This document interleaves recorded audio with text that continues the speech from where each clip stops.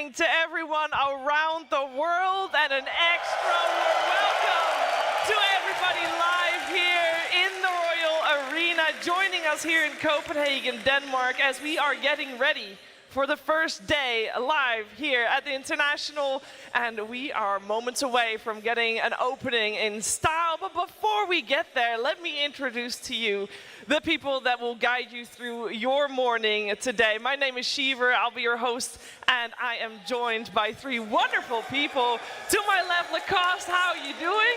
Super excited though. I'll tell you what, I didn't get much sleep, 3.5, 4 hours. This is Christmas time pretty much for Dota community, and always happy to be a part of it. I think we're all on the same boat here, Effie. Exactly the same, barely slept. I just was so excited coming into today and just seeing the live audience, seeing everybody be here, so excited to watch Dota. It's just such a community feeling, and yeah, here we are, T. It's just been the culmination of the entire year. I mean, best event of the year, arena already, we've got the cheers going, so please continue that throughout the game, just cheer for anything. If someone dies, you cheer. If they get a Roshan, you cheer. Just be loud and, again, just best time of the year. I already feel the energy that the people are bringing. There's two people that always bring the energy as well, and they were checking in with what was happening earlier today. Hello, future Shiver! It is us, Past Slacks and Tsunami. Welcome, my friends, to the International 13. Tsunami, so good to be here with you yet again. I can't believe it. It's become a yearly tradition now, except this time we have migrated all the way across the Atlantic here in Europe to finally celebrate a first real European crowd TI, because it was all like the power nerds at TI1 in Cologne. The power nerds, you say? I mean, who knew about Dota back then? The true ancients. And we have to defend them. But here we are to celebrate the European crowd showing up here in Copenhagen. Now, I know that this is airing later. We are at 8 a.m., all right? Look at this line at 8 a.m. These guys are sickos. Hello, everybody. How we doing? Everybody. Yeah! You ready for some Dota? Yeah, baby. All right, let's go ahead and talk to some of these early risers here. Probably earlier than most of these gamers have ever been awake. Hello, sir. May I talk to you? Hello. Howdy. Pangolier shirt. Howdy. Oh, yeah, Where are you camp. from?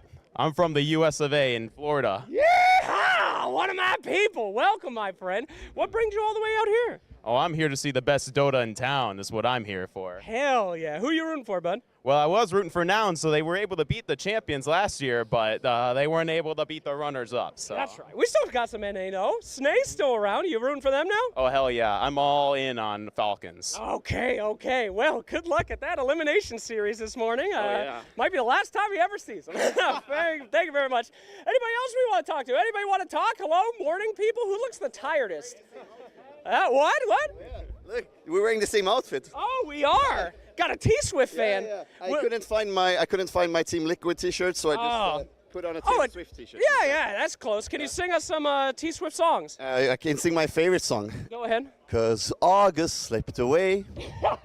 My name is August. Oh, well, thank you, August, so much. Who are you hoping wins? Team Liquid. Team Liquid. All right, that got you out of bed this morning, huh? Yeah, I tried at least. Okay, Yeah. well, you're looking great. Thank you. Tsunami, where are you? Go find a tired person. Find the most tired person in the crowd. Thank you. I want someone sleep deprived, and I want someone who this is their very first TI. Oh, you're chugging a coffee right now. Damn right. You're feeling refreshed. Have you been to an international before? Never. First time. Where do you hail from, my friend? Manchester, UK. Did you go to any Birmingham events? Oh yeah. Yeah, I was at Birmingham every single year. Really? Okay, so you're a Dota player through and through. What's your expectations for this event? Who are you rooting for? Falcons. Yeah, it gotta be Falcons. ATF, man. You already saw them won in Birmingham. Stop being so greedy, man. Give someone else a chance. They always win. They're just great. I can see that. You're a bandwagoner. It's okay. Yeah. I respect the hustle. Who else out here has never been to a TI before? Let me go further down the list. Jake, find one of these newcomers. Oh, this is your brethren. He did not like me rubbing my bald head against his. I did it without permission. I'm so sorry. You ready for your first TI? Yeah, very ready, yeah. What are you expecting in there? I don't know. Tundra to win, let's go. Oh, we got a new one. fun. Now, are you going to try to sit close? Because at TI, we have a splash zone. The players like to come out, they like to scream, let's go! And you get to be showered in their, liquids. Is that where you're going to be, in the front, or are you going to be chilling in the back?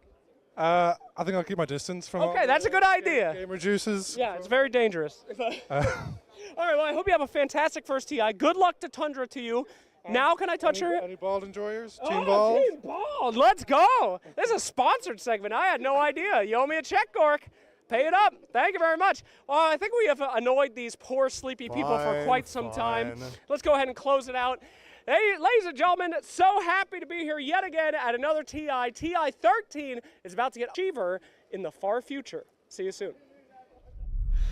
Thank you very much, Paslax and Tsunami. It is fantastic to see so many people showing up so early, getting ready to get the best seats in the house. And I must say that this international, the first one with a crowd in Europe since the first iteration, Lacoste, it feels very good. Oh yeah, we go way back to Cologne, 2011. I was there 10,000 years ago. It was, a privilege, and it still is to this day, to be a part of this big show. We've seen some crazy games so far, and the TI is always about, the pressure, the big games, the emotions from the players as well. This is what we want to see on the main stage. Yeah, and I think we saw that pressure come to life also during the road to TI we've already had, T-Gov.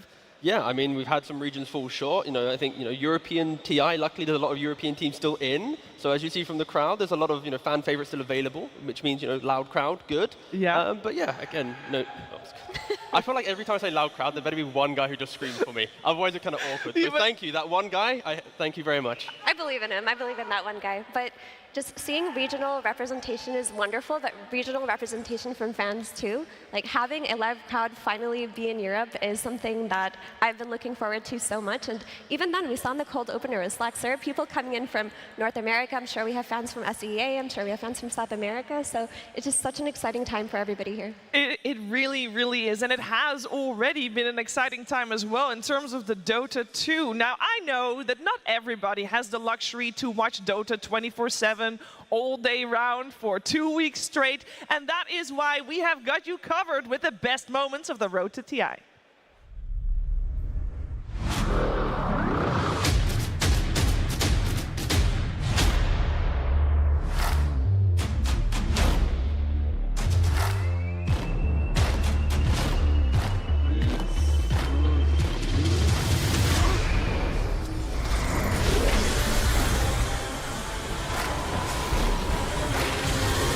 Where's the answer? They do not have it right now. An indomitable force of extreme gaming.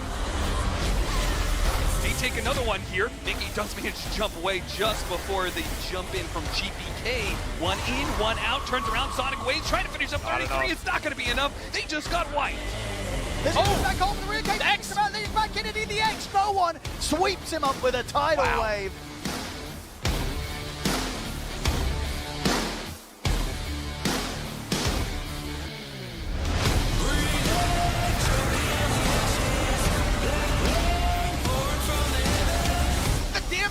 Is so insane. Where is the Crit? But they get stunned. The back was there right at the moment. Crit coming in, trying to take him down. I'm kind of surviving, guys. I'm kind of surviving. Pretty good. Holy shit. Get our candle. Yeah. Fucking Nisha show, boys. No, he misses the Bro Strike. The Hex is out. Do they have enough to burst the Phoenix in time? Yes, they will. Backdoor protection! It's through backdoor protection! A little more damage is all they need! They just need a bit more! Oh! And they have it! Gets kicked off to the cliff! Finally gets brought down by the cookie! The Terror Blade's out. GG has been called. It's the end of the road here for Team Spirit. And yes, they will! Backdoor protection! It's through backdoor protection! A little more damage is all... Way over a week ago, we started with 16 teams here in Copenhagen, and today there are only 8 left. Now we're gonna do our best to get you up to speed with everything that has happened over the last over a week, last 8 days, I want to say, and get you up to speed with everything you should know before going into today. I know there's a timer ticking down, and it's not making me nervous at all, promise. Tigov, I'm taking you back to just over a week ago, group stages. I know it's been a little while, but it was when there were so many games going on at the same time, and it all led to knowing who was going to play who for seeding matches. Yeah, and to think that Spirit, they finished their group 6-0, 3 wins, not dropping a single game, and then you fast forward to now, they're eliminated. They're out of TI. They kind of didn't make it to here. So yeah, it's quite a struggle there. But yeah, we had so many games, so many different teams, unfortunately already dropping out at this point. But this is where it begins. This is now where only one team can actually lift the Aegis. Only one team can lift the Aegis. We're lucky that there are 2 teams of every group, Effie, that is still in today. Yeah, and these teams are hungry, but I will say that the seeding matches did bring a little bit of extra spice that we needed, but ultimately only the 8 best teams remain. There are a lot of repeat potential TI champions, there are newcomers, there are people fighting for regional representation. There's so many storylines going on right now, Shiver. It's hard to keep track, but that's why we're here. It is hard to keep track, but it will be easy. That's why we are here. You're going to watch the Dota, and then you're going to hear everything that you're supposed to know. And even if you miss a beat, we'll get you covered. No worries, no stress. We are going to have a lot of Dota, though. And I'm saying that because so you can prepare for the time that you're going to be spent watching the action Lacoste, because we've got 4 series, not just today, but tomorrow as well. Oh, these are going to be the spicy series. BB team against Falcons, the first one. Can BB team take on Falcons? They haven't been able to beat them throughout the whole year. That's going to be a big one. How they're going to be performing on the big stage. And Team Falcons, the best team of 2024. Then we have Aurora against Extreme Gaming, the giants, like the Chinese. They managed to be here, the only remaining team. Same goes for Aurora, representing their region, but they didn't look as good as Extreme Gaming. No, and we're going to have the upper brackets as well, Effie. Yep, of course, we've got Team Liquid, the Giants of Europe, probably a huge fan favorite here, going up against C9, who have emerged as potential podium finishers. I mean, this team has worked so hard all year, and they finally peaked right about when they needed to. Then we've got Tundra versus GG. This is going to be incredibly good. These are 2 very fast-paced, very action-oriented teams, and of course, we got to say, Topson, potential 3-time winners, so that's exciting. That is exciting, Tigo. I was about to say that, don't worry. Yeah, no, I mean, of course it is, because if you win 3 TIs, not by yourself, but to be the only player to do it, do you really make your stamp as the Dota player of all time? Are other people really going to be able to argue with that? And Thompson's not thinking about it, but I think most people in the community are going, maybe it is. All he needs is 1 more TI. That's it, just 1 more. 1 more, and he will be head and shoulders above any other Dota 2 player out there. It would be a tremendous feat if he manages to do that with Team Tundra this time around. Now, he is not the only one that is hoping for to be a repeat champion, Lacoste. Yeah, we do have some 2-timers. Only 3 of them are left. So that's going to be, the pool is getting smaller. 5 of them. Oh, 5 of them, never mind. 3 in the lower, 2 3 in the lower. upper, yeah. The others are in the upper bracket, so we have Skeeter, we have Snake King, Toronto, Tokyo, 33, and Saxa. Saxa as a stand-in as well, coming in, managing maybe to get that another TI. Teams are looking hot, but all eyes on Falcons for me. All eyes on Falcons in that lower bracket, and we already know one of those 2-time hopefuls will be eliminated. And we also know that there's at the very opening panel of the group stages, if you were tuning in, you will know that there was a long list of 22 first-timers, Tigov.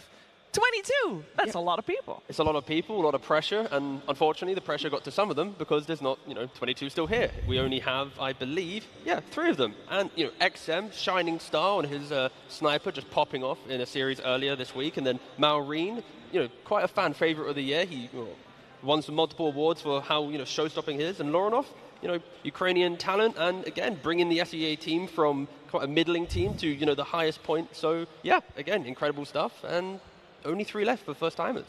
That's so wild, though. Just from 22 first-timers to only 3. It's such an interesting contrast from last year when it felt like the first-timers were bringing in all of this new excitement and new ideas into Dota, and they were doing better. But this year, it feels like the veterans have just overcome every single first-timer, and it's such a contrast from last year. And that's just because as the years progress, when you're in these high-pressure situations, when you're playing for a potential Aegis, that's when you need people who are composed. People who've been here before, people who've got that experience. And it's really shown, Cheever. I mean, the older you are, the better at Dota you get. So if you're in your mid-30s right now, guys, you can still do it. No, still do it. I wish that was the thing. No, it's exactly how it works. Yeah, don't worry. Experience beats everything else in Dota. That's why you're sitting at the panel? I'm only 27, Shiva. Oh, you still I've got some more time in me, don't worry. Oh, I go way back. You know, I'm one of the oldest guys in the scene. I've been playing Dota now for 20 years. Dota 1 plus Dota 2 combined, and I gotta disagree with that one. You know, not getting any better. No, the hero pool for myself is also getting smaller. So I think actually the thing about the first timers that I think is most interesting is that all 3 of them are mid laners. Right? Because there was a period where the recipe to have a top-tier Dota 2 team was I was right after TI5, because it was when Sumail won TI, and it was like, get yourself a young kid that just, you know, lives with no fear and just goes in on and on again, and then surround him with veterans. It seems that maybe Lacoste, that is still a thing. it definitely is, and Malrine being one of them, something that Skeeter did talk about in one of his interviews during the Dream Leagues. He did say, you know, they needed that extra oomph. It's like his younger cousin. They're having so much fun playing Dota, and at the end of the day, what Dota is all about. That is what Dota is all about, and something to note about these young mid laners is that they've come in these teams as hero specialists, whereas before you felt like the mid laners kind of had a really general hero pool. You had your spirit players, your invoker players and whatnot, but mostly everyone was dabbling in everything. But this entire year has been, bring the Malrines who spam like 5 heroes, have them Grandmaster tier. Bring the XMs who plays Viper and Sniper. I mean, what kind of hero pool is Viper and Sniper? But it's been working out for him. And same goes to Lorinov, So moving away from this generalistic approach to laning to the more individualized, hero-specific oriented has really worked in this meta. It also helps because like the younger players that we have right now, they just farm pubs like no tomorrow. They're playing 50, 60, 70 games a week, and like you compare that to old times, like maybe you get 20, 30 games and it's like they're not really developing as quickly. I think nowadays it's so scary that like if something's good, it takes like a day for everyone else to understand it. Like there is no time to hide strats. Like you play it, it's going to be public. Everyone's going to be aware. So you have to keep up, and that's why, these talent it's so hard to even get close to them. It also inspires, right? Because I remember right after Falcons was formed, we asked at some point Crit, like, okay, how does Malrine having all these level 30 Dota Plus heroes, impact your gameplay? And he's like, well, I got to catch up. You got something to play for, because also if Amara says you can't play it if your Dota Plus level is not high enough, you gotta put in the time, you gotta put in the work. And there are 2 people that are here that have put in the work that are from Denmark. We have 2 hometown champions still in the running to have a chance to lift the Aegis here. And I just want to say how unique it is, Tigo, to have that opportunity. Yeah, I mean, when you go back throughout internationals, right, you had, EG when they won it in North America, but then since then it's always been a team out of the region winning the international held in a different country. So to have actual hometown heroes doesn't happen too often, at least with the chance of winning. And both of those teams, you look at them, it's like there's a good chance that, they can do it. And Crit, he spent 7 years in North America. They've been holding him hostage. Now the man is finally free, and we see the success that he is bringing, especially today in his own country. Yeah, this is going to be Crit's 8th TI, I believe, and he's only ever played TI6 representing Europe. So he played 6 TIs representing North America, and now he's coming into his 8th TI, not only representing the European region, but playing in his hometown. And like T mentioned, his team is a runner to take it all. This really could be a TI where we see a hometown hero actually claim the Aegis. Yeah, it has happened. What was it? One time, you said, T. One time in history. We'll see if Crit or Ace is able to take it. We must not forget that CY, coach of Gaming Gladiators, is also Danish, so he can also take it home. And I don't know if it counts, but obviously Synderen is here too somewhere, Lacoste, and he's a hometown champion in a way. Yeah, most definitely. Synderen, he has great history in Dota, mostly as a talent, as a player, not as much, but we gotta give him the respect. And also, he didn't talk about the Copenhagen being such a nice city. He didn't, because I was wondering why he's always so happy, because everything here is nice. The food, the weather, the people, everything's super organized. I think we got lucky with the weather, no offense. I think Denmark is pretty close to the Netherlands in that it is often gray and rainy, which I love, so that's no shade or anything like that. Or is that something you enjoy as well? No, because I came from like 35, 40 degrees Celsius, so it was way too hot. Now I'm really enjoying it here. Yeah, I think everybody's really enjoying it here. We are really enjoying it here, and we are getting ready to enjoy it even more as the clock keeps ticking. I would like to highlight some of the teams that are still in, that are considered favorites, because we kind of glanced over it earlier, but Effie, we did lose our defending champions. Yeah, I'm still a little bit torn up about that. It always hurts to see the defending champion not be able to defend the title, but ultimately it is make or break when you're playing the road to TI. And you're either the best or you're not. So unfortunately, Spirit didn't cut it, but there's so many exciting storylines that are coming into play here. And all of the 8 teams, I can say with full confidence that all of them could take a game off of each other. And a lot of these series are going to be hard to decide who the victor is too. Yeah, I mean, you've got Liquid, who are still yet to claim their Tier 1 tournament victory. If it's an international, that's pretty big. Cloud9, ex-Entity, 2-3 years ago, they were quite dominant. They've kind of fallen into the shadows recently. So it's like there's so many different options. And we've already talked about Tundra, gaming local team. Like every single team has like quite a hook to, if they win it, it's really cool. It is going to be very spicy who ends up taking that Aegis at the end of the day. And I do want to focus a little bit more about our 4 upper bracket teams, because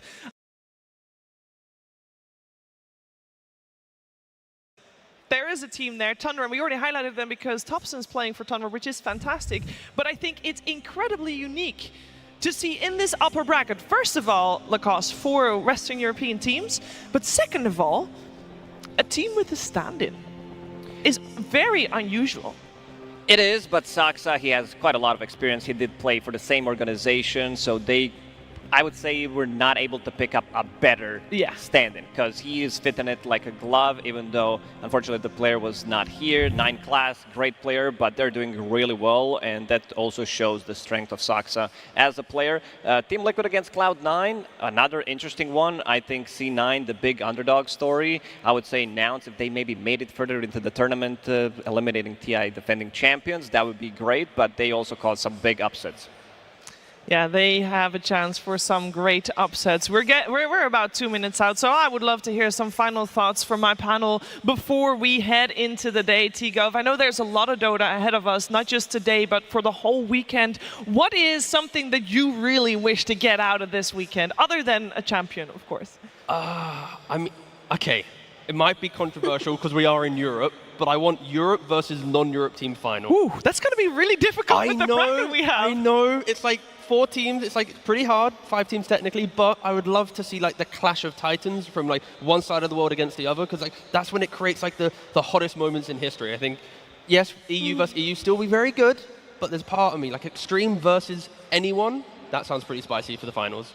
Yeah, I just want the champion to emerge from the lower bracket. I'm not a fan of upper bracket runs. They're just so boring in comparison. I like when teams, they go through the ringer, they suffer, they go on their training arc. So personally, I would love to see the progression of a team, being from kick to lower bracket to getting better with every series to ultimately making it to grand finals. That's my hope for this TI.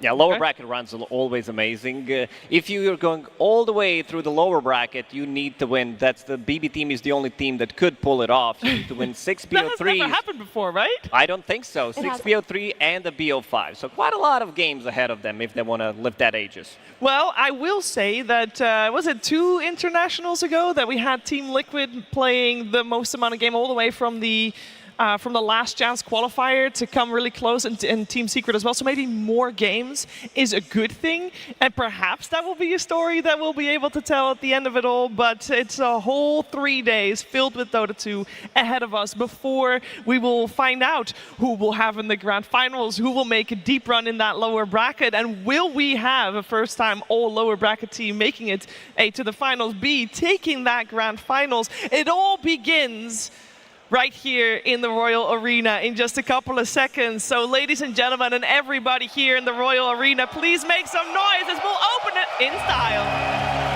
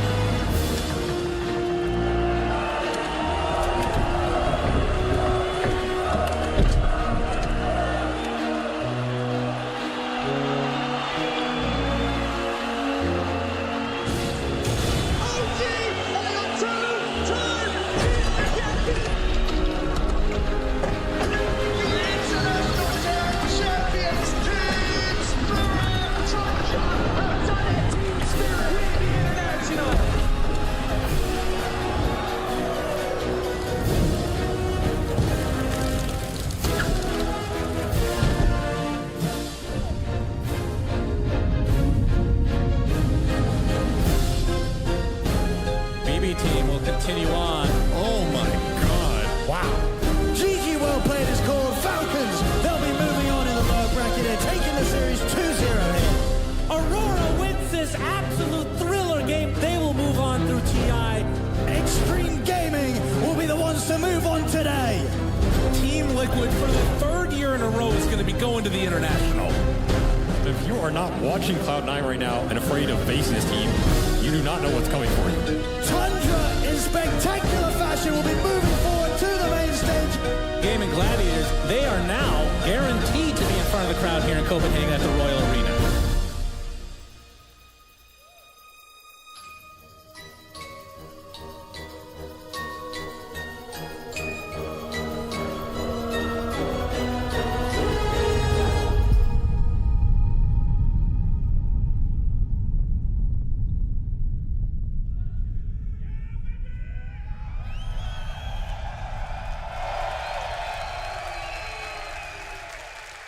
Welcome to the International!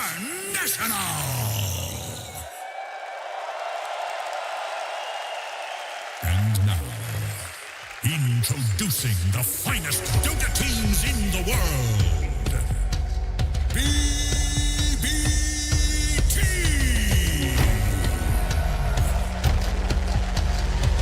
Falcons!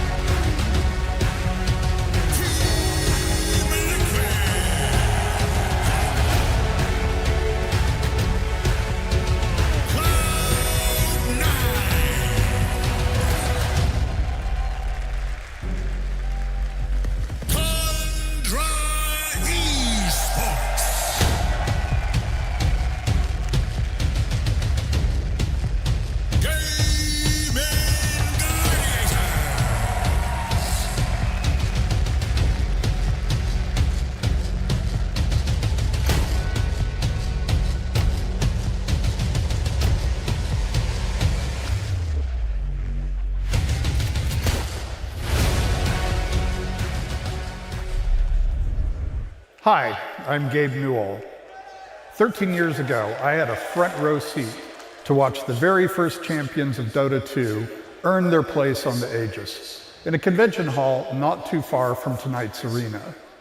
From that hall to a concert hall in Seattle to arenas around the world, the crowds may have grown bigger, the players and teams may have changed, but one thing hasn't: the joy we all take in watching the best players in the world play Dota 2. So to all of you there in the arena, to the millions around the world who are watching, I say welcome. Welcome to the Royal Arena in Copenhagen. Welcome to Europe, back where it all began. Welcome to the greatest esports event in the world. Welcome to the International.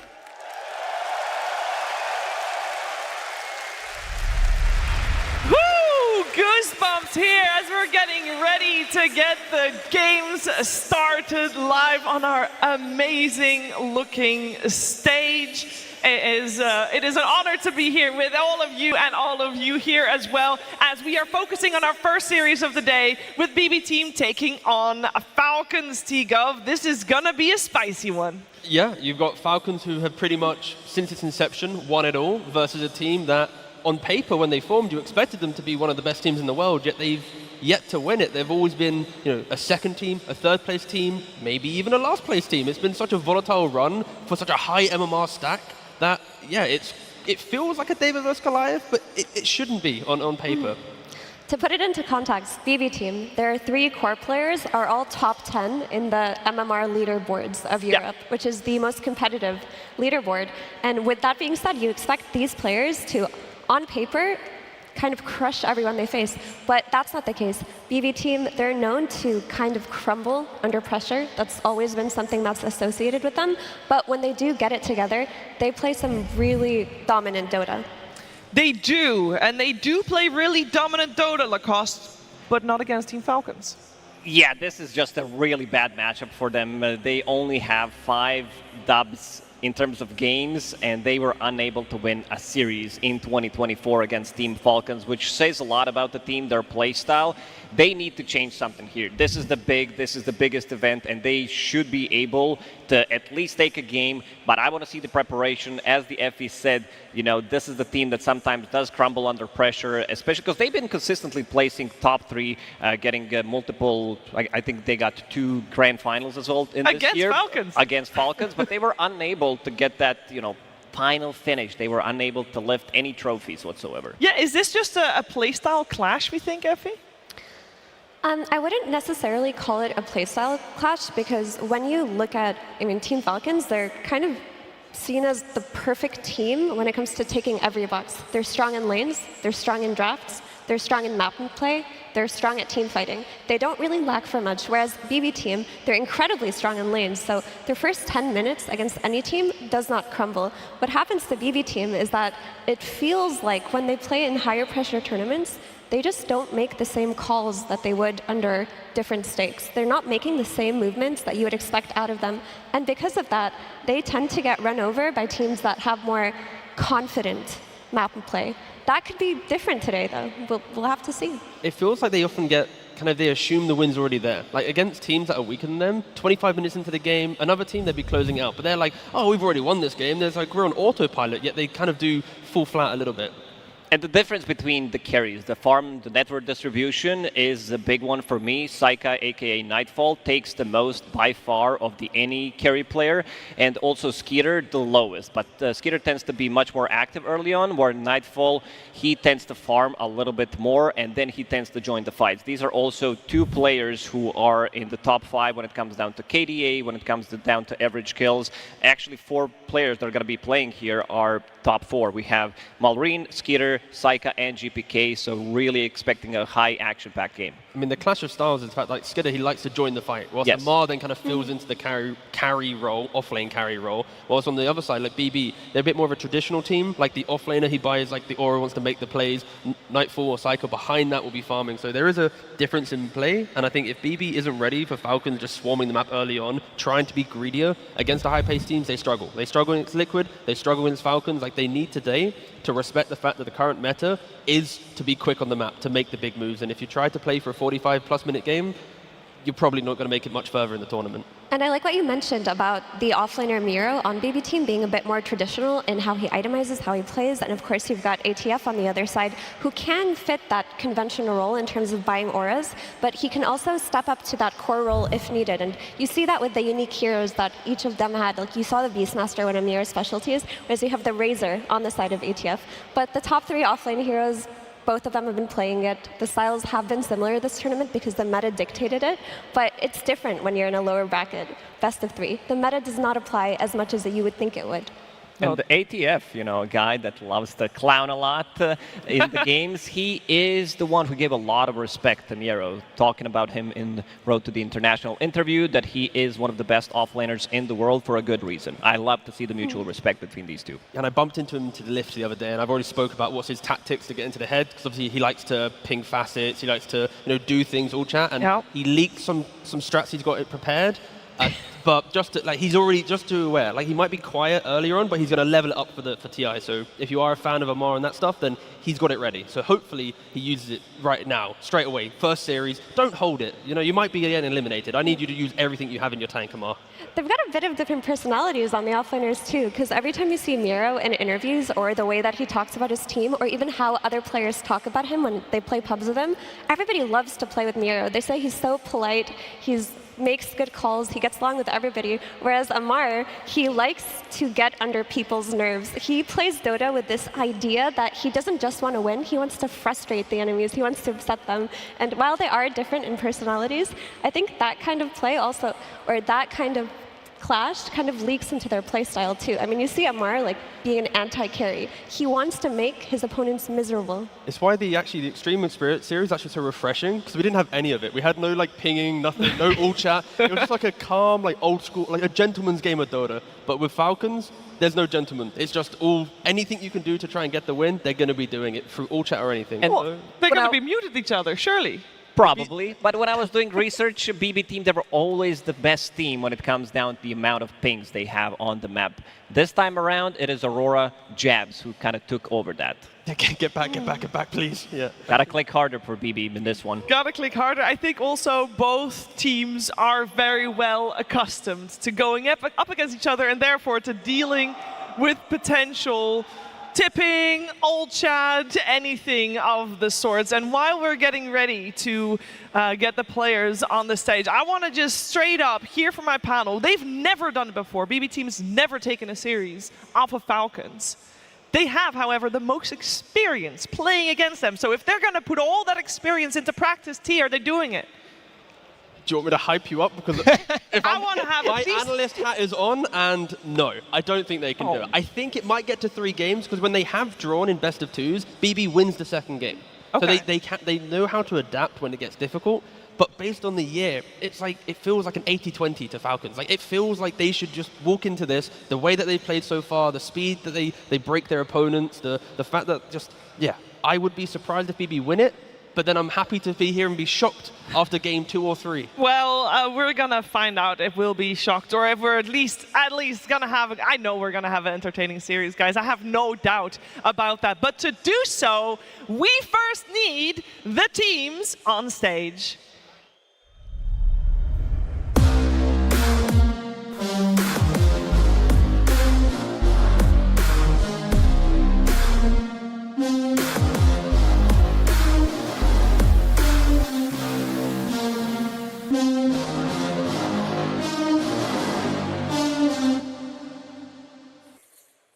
Stage. BB Team.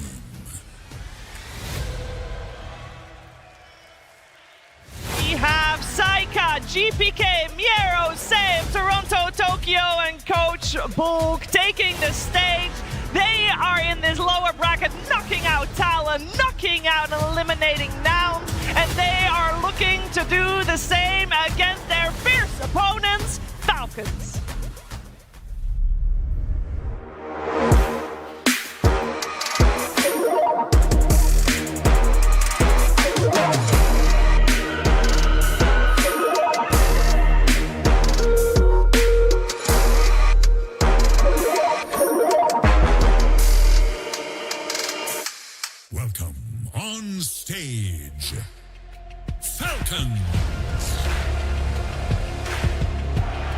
We got Skeeter, Mallory, Amar, Crit, Snaking, and AUI 2000. This is considered to be the best team of 2024, but they have to yet prove it that they can do it here too, on stage at the International. Will they continue their lower bracket run? We'll find out. One best of three. BB Team, Team Falcons. It will be a spicy one, even if just for potential tippings and potential old chats, Lacoste. But there's one thing that we must not forget, is that on the side of Falcons, we saw it earlier, it is one of these 10 players' first time here at this grand stage. Do you think Malrine will be able to continue his same level of play? He did have a little bit of a performance issue when he was playing his first LAN, but after that, the man is really feeling himself. He feels like a veteran rather than a newcomer into the scene, and he adapted. Because if you look at his player history, he didn't play for many teams when it comes down to Tier 1 Dota. The creep wave, and then the man was suddenly bumped into a Tier 1 team immediately and had a great success with them. Yeah, you also have to realize that he's playing with a team that he draws confidence from as well. Like ATF, who's the same age as him, he's been around for longer, and they have a friendly rivalry going on between each other where they compete for MMR, they compete for better KDA within the game, and having someone like that by your side, you'll never actually feel nervous. And then that's just ATF, right? But you have to look at the veterans on the team in Snaking, Skeeter, and Crit. When you play with them, they're going to be able to reassure you in situations like this. I mean, also, it's like for Mallory to have his first TI, but then when you think back, like he's been part of what? He's won 4 Tier 1 events, Grand Final 5 times. It's like his journey to be at his first TI isn't the true underdog story where he made it through the qualifiers and, we're shocked to see him here, right? Like he's won it all in like his first major year being a pro player. So I think nerves shouldn't be a question. Like Effie's mentioned, he's surrounded by so much experience, so much of the veterans of the scene that he can just do his job. And if things get difficult, he can lean on the experience of his team to help fix any problems that they might face. Yeah, and of course, Team Falcons playing with 2 TI champions in Skeeter and Snaking, and a double TI champion coach in AUI 2000. So the vast amount of experience in that squad is very intense. Also, Malrine and ATF, as mentioned, both of them 19, one of the youngest players here at the International, although Malrine will turn 20 in just a couple of days. So he'll leave his teens, as you say. On the other side, we got ourselves BB Team, and even though all of these players are experienced on this main stage, perhaps, T-Gov, the nerves will be a factor for them. Yeah, I think it's just difficult for BB. The fact that they've been together as a roster for so long, since last TI when they made the swap with Miro coming into the offlane. They've been so close, and they've been on the main stage, they've been against the top teams, they've been in grand finals, yet they're yet to make it. So I hope for their sake they've kind of been able to overcome the thought of what will it be this time. Like if they have any doubt, that's when they have the struggles. And unfortunately, they have choked a couple times before. And if they can get all those problems aside, they are a team who is destined to be in multiple grand finals. I mean, the sad thing when you think about BB Team is that internally, none of them are happy with the results because they know that they're capable of so much more. And the word around the block is they don't really lose in scrims. Like if you ask around, they play incredibly dominantly and they have better performance in scrims than they do at LAN. So when you hear something like that and you know they're stomping all of the Tier 1 teams in the world when they're practicing, but when they can't quite apply the same kind of dominance at a tournament, that means internally, somewhere at some point of the game, that same calls that are usually being made aren't being made. And the only thing that you can really attribute to that is pressure, players not understanding, not necessarily understanding, but not wanting to take any risks. When I look at BB Team, I mean, we've all heard the meme about Psycha or Nightfall with the BKB TP out. It's funny, but it does apply to their play a lot. A lot of their play, not just the carry, can be summarized as BKB TP. Can we take the smoke and win it? What are the odds? 30% chance we'll lose this fight, or 70% chance we'll win? Maybe we don't want those odds. Maybe we want the 90% odds. And that you can't have that kind of philosophy if you're going up against Falcons. You definitely need to take risks when you're playing on the big stage. So I want to see, some more taken from BB team because they looked pretty good. Like first 15, 20 minutes of the game, it's pretty much always stellar. One thing they always struggled with was pushing the high ground. Like we've seen so many times. Game 2 against Talon in Road to TI, if you go way back during the Elite League, I casted more, like I think 5 or 6 games. Every single time what happens is they have 20k gold lead, they can't finish off the game. So this is something they need to work on. And you can see from the heroes picked against Falcons, BB, they try to shift their playstyle to try and match the aggression that Falcons bring. But again, based on the stat set, like, it hasn't worked. And we heard as well in an interview with Save when they won earlier in the Road to International, when he's having a good game, he feels like his team plays a lot better. When he's having a difficult game, he can feel that the win isn't as easy to secure. So I feel like maybe Save is more of the conductor for the team. And that is something that, against aggressive teams, when he gets shut down, it can be difficult. And yeah, Hello Kitty is back. He's got the outfit on. He's ready.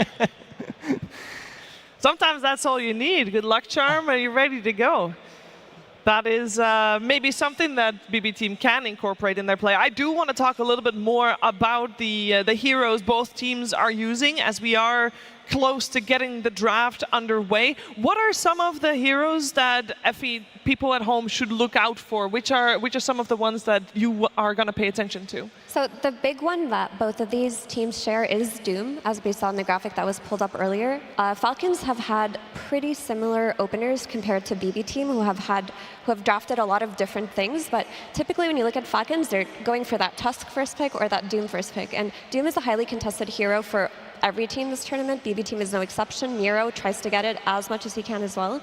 So it's going to be a matter for me, this draft, are BB team prepared to steal the Tusk? Because they actually haven't opened with Tusk at all. Yeah, Toronto Tokyo so far has played 12 different Position 5 heroes out of 14 games. And if coming into this series, you have to respect Tusk, you have to respect drinking buddies. I'm sure there's a lot of drinking buddies in the arena right now, but anyways. And yeah, I feel like you have to... Yes. I was just making sure I got one little crouch here again for that one. No, I think, yeah, you have to respect the Tusk on that one because he is the Position 5 of the tournament. It is nice to say when you come into a TI that Position 5 is potentially the biggest hero pool that you're respecting at the moment. Of course, there's Lunas and Maranas and Monkey Kings, but like the Tusk and the Tree, they are so prevalent at the moment. And there are so many spots on the Aegis for more teams. I know that last year's, everybody was wondering what is going to happen when the ring fills up. We don't know what's going to happen. What about... Yeah. You see that Team Spirit last year got put in a new ring. There's like 7 more spots. There's 7 new spots We did count created. 7 more spots. 7 more TIs. Very cool. And yeah, Team Spirit has said no longer here to defend their titles. Means we're going to get a fresh champion, a fresh team champion potentially, as well as the final touches are being put in the booth to make sure all 10 players are confident and comfortable when heading into that draft. And we talked about the support duo hero, and I'm now curious, Effie, you mentioned earlier that the core of BB team is the top in the world because they're all top 10 MMR. But we also know that right now, as we mentioned, Tusk is one of the supporters of the tournament, and they play such a pivotal role. What's the difference between the two support duos? Oh, that's a good question. So for Falcons, I feel like their support duos are kind of generalists. Right? You don't necessarily think of particular playstyles. Like they have Crit, who used to be, very heavily focused on roaming. He shifted to being very heavily focused on winning lane, but now he just does a mix of both. They will either collapse on the mid lane early if they're Falcons, or they'll try to kick the enemy carry out of their safe lane by actually bringing in their carry through the twin gate. But often the supports are focused on shutting down the enemy safe lane, which could be why it's such a bad matchup for BB team versus Falcons here. Whereas you look at BB team, I look at Save, that's just a lane dominator. Look at Toronto Tokyo, plays lane dominating heroes. The BB team supports are much more heavily emphasized on winning lane for as long as they can, instead of rotating through twin gates. It also feels like for Falcons, they have that moment where if the lanes go well, the 2 support picks don't feel uncomfortable moving around the map together. Other teams, they often have this disjoint between 4 and 5, where it's like, am I really going to gank the map with like a Winter Wyvern? And again, Oracle's not been picked in tandem, but that type of thing is like 2 defensive heroes aren't going to make moves. So here it's like every single time you see like the Tusk, and then there's a Snapfire, or there's a Oracle, and there's a Rubik. Like, you know there's smoke potential always with Falcons, and sometimes that doesn't really happen with BB. Yeah, one X factor that they do have on side of BB is wide hero pool. You did mention Toronto Tokyo. He has the biggest hero pool from position 5, but GPK and Saika, they're also playing a lot of different heroes compared to Team Falcons, who have been the most studied team throughout the year, winning everything. You are the ones who are, you know, getting your heroes nerfed. You are the reason why the heroes are nerfed in general. And then also at the road to TI, this is the team that did play most games, so there's the most information on the team, so it's going to be studied for sure. Yeah, do you feel like maybe that's the reason why they're in the lower bracket? I think a lot of people before the road to the international even began had Falcons as one of the top 5 teams, top 4 teams at this event, maybe even a team that will definitely be featured in the grand final. To see them here in this lower bracket. Possibly, but also this is the team that at Riyadh Masters, they had a terrible start at the group stage. 0-4 group stage at the road to TI wasn't also as cleanest, and team is not as dominant as some people would expect them to be, considering their results in 2024. And also, you got to give it to Tundra as well in the upper bracket series. They showcased the first Night Stalker, or at least in the upper bracket, so the Night Stalker showed up. Ramses just popped off, and then in game 2 it was like a 67-minute game, very close. So yes, Falcons in the lower bracket, but it's because of like the excellence of Tundra showing up in that series. Like in another world, Tundra, they were Falcons, sorry, if they were ready for that Night Stalker, if something happened in that game too. Like, it wasn't just a full stomp.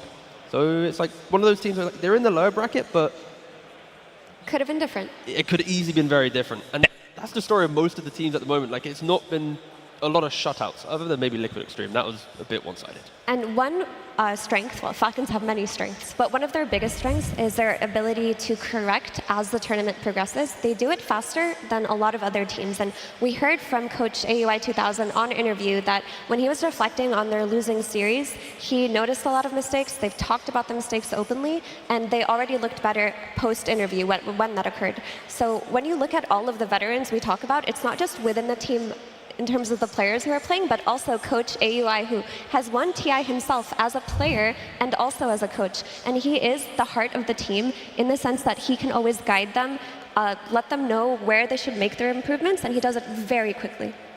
There is one elephant in the room that we haven't really talked about yet, is that both of these teams come from the same group, and they have already faced literally just over a week ago. And it was a very strong 2-0, I believe, for Team Falcons. How much, Lacoste, do you feel like both of these teams have changed since we started them? We always say about how tournament meta evolves as the tournament progresses, which is very noticeable for everyone because of the heroes that are picked. But how much do you feel teams evolve and grow during a tournament? There's always something new to learn. We saw at the start of the tournament, we had a lot of Sniper who had terrible terrible win rate, sub 30% at one point, and then people started to realize this Morana as the carry is also not as strong, so you have this Tusk plus Wind Rangers, Tusk plus Lunas coming out, and people are starting to theory craft even more, so I want to see what they have been cooking for this one, because meta definitely shifting, and if someone bangs out something special, we've seen like Tinker Support being bad and Tinker Support in the hands of Extreme Gaming being very good, so different teams have different opinions how the game is played, and that's the beauty of Dota. And when you talk about bringing out something new and something special, we've seen BB Team themselves pull out combos that other teams aren't playing, like their Coddle plus Storm, which sounds funny saying it now, but that has not been in meta, even though it was very popular in meta a year and a half ago. Not played so much anymore, and they're doing new things to enable GPK in ways that they didn't at the start of group stages. So if they can keep cooking, coming up with new things, don't play into Falcons' hands with all of their draft preparation, we could have a very good series on our hands. I mean, we saw it on the graphic before, like contested heroes. Now that we're in the final 3 days of TI, this is where the coaches and the captains need to step up and go, Naga Siren's banned in every game. But do we have a way to potentially beat it? So then it's like a hero that's always been banned suddenly gets into the pool. And that was the same logic with Sniper. Day 1, day 2, everyone was banning it. Everyone was picking it. 30% win rate in the support role. And now no one cares about it. And I think there potentially is a couple more heroes that we are respecting heavily during the road to the international that maybe they can find solutions. And if they surprise you in a game 1 where it's like your entire logic is built around this hero never appearing, that's when all your prep goes out the window and like the excellence experience needs to shine through. Yeah, and there is, of course, the fact that there have been 2 days break. 2 days, I know they had some obligations in terms of media and things, but they also had time to talk about what they could be doing differently from what they have been doing. And I think it's very important to note, and I don't know how much impact this would have, the last series that we watched was between Extreme and Team Spirit. And we saw very different heroes, as we see here, some heroes that we have not seen at all, Effie. Yeah, I mean, some of these heroes not being played at the road to TI or TI now would be very sad. You know, big team fighting heroes like Tidehunter, Pudge is always exciting, makes for very exciting gameplay, and I think a hero that we actually could see at some point will be the Arc Warden. I think that is a surprise pick for a lot of mid players, and that's the one I would keep my eye on from the uncontested. I still think Lich is pickable. I love Lich. This hero, problem is he's not a melee position 5, he doesn't soak up the damage, but in meta where you're thinking about how to mitigate most of the damage from the enemy team, this Frost Shield with the Facet, it does feel really nice. Yeah. Only the point to that is Nullifier is so popular because of the aura meta that a lot of those heroes, a Nullifier, okay, thanks. I know, I was just trying to hype him up. I'm sorry to kill the He's vibe. dead. Yeah, he's dead. And dispel supports like Enchantress and Shadow Demon make our Frosty friend Lich not so happy.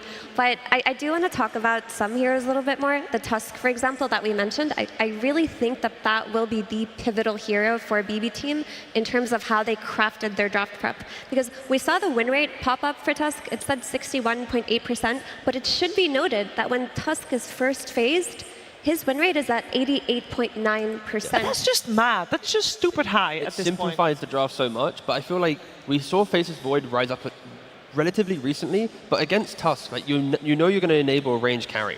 And we've not really seen the melee carries come to light. But like Faceless Void, use Time Zone, Chrono if you want to. You get that swarming jump to find the backline. Like Tusk does not like fighting throughout multiple layers of stun and skirmish, right? Like I feel like people were a little bit too comfortable with the I pick melee 5, they pick range carry, I'll copy you and off we go. So I think there's so many answers to what is a high-paced poking hero, but not a lot of teams have really tried to explore yet. And I think Aurora did relatively well with their Void, Phoenix, kind of like the play for that mid-game fight logic. But again, I hope people have cooked up some ideas because no way Tusk can go unanswered. No, for sure. This is the most overall hero that he's so balanced, like has everything you need. He does have everything you need. I don't think he will see the light of day, but there's only one way to find out. It is time to get our first game underway. BB Team versus Falcons. Game 1.